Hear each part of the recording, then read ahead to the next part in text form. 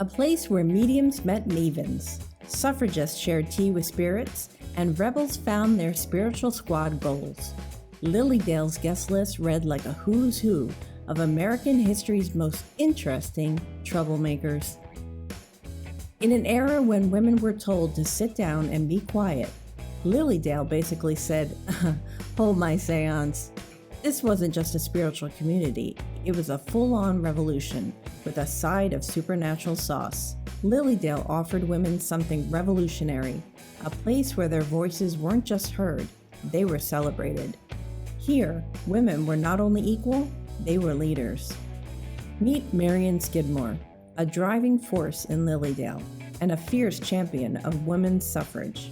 While other communities were clutching their pearls at the thought of women voting, Marion was out here throwing the 19th century equivalent of a block party for suffrage.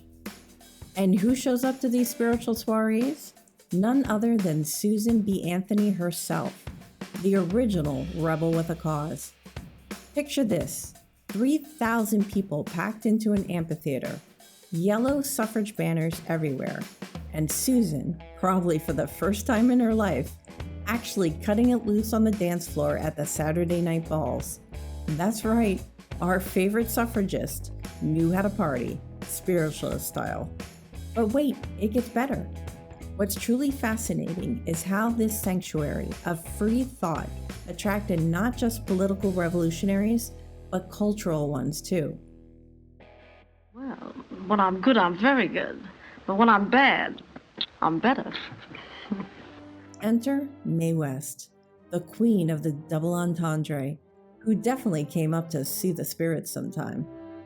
While the world knew her as a silver screen sensation who challenged every norm of feminine behavior, few knew of her deep spiritual quest. Here in Lilydale, the woman famous for her quibs about earthly pleasures sought answers about the afterlife. West didn't just attend seances, she developed her own psychic abilities, claiming to communicate with spirits and even believing she was the reincarnation of Catherine the Great.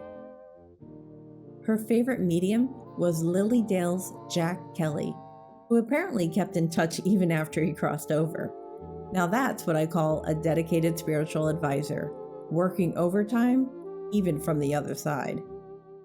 Tell me about the history of the temple, and I understand that Mae West has an attachment to this particular building. This is true. On the outside, you might get that little bio. There's a little frame out there with a bio and a picture of Mae West, as well as the person that built the Healing Temple. His name was Louis Vosburgh, and this was back in 1955.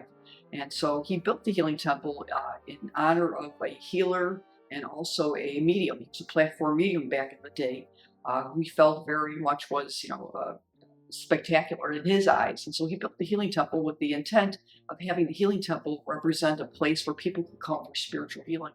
And so over the last 66 years, this building's been used for nothing but spiritual healing and spiritual healing topics that's related to that. So it's become a place that's very sacred to very many for all these years, and it remains to be that way.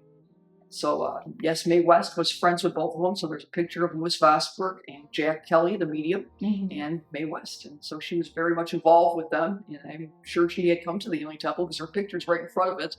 So I think that's pretty neat for our history. From suffragettes to silver screen stars, Lilydale offered something rare, a place where radical ideas could flourish, where women could lead, and where the search for spiritual truth went hand in hand with the fight for human rights.